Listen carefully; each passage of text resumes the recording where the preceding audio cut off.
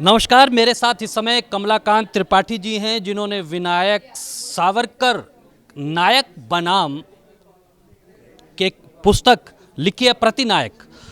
Sir, मैं आपसे ये जानना चाहता हूँ कि वीर सावरकर को लेकर जो आपने एक पुस्तक का विमोचन किया है, इसमें आपने नायक कहा है और प्रतिनायक कहा है, क्या कहना चाहते हैं आप?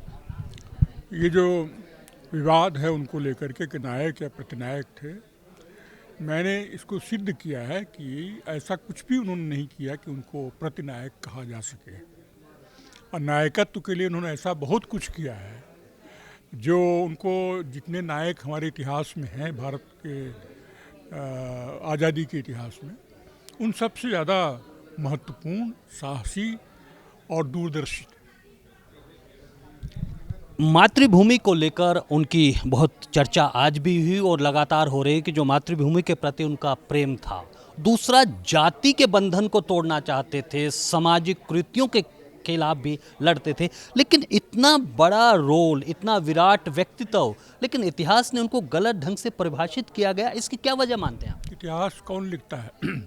इतिहास लिखता है और लिखाता कौन? सत्ता पक्ष। सत्ता पक्ष में नहीं रहे वो, इसलिए उनके खिलाफ लिखा गया। और जिन लोगों के विरुद्ध थे वो लोग सत्ता पक्ष में आ गए तो निश्चित है कि उनका विरोध करेंगे, उनको गायब करेंगे इतिहास से, उनका मिस प्रेजेंटेशन करेंगे इतिहास में। वही किया गया है, हमेशा ऐसा होता, कोई नई बात नहीं है।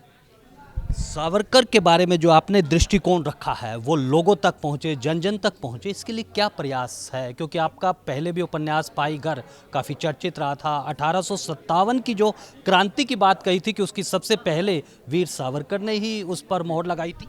जी जी। देखिए, मैंने तो एक किताब लिखी, अपने बस में जो कुछ था वो मैं कर रहा हूँ।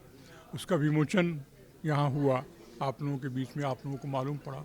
ऐसे लोगों में कान से खबर पहुँचेगी तो लोगों का शायद धारणा कुछ परिवर्तित हो।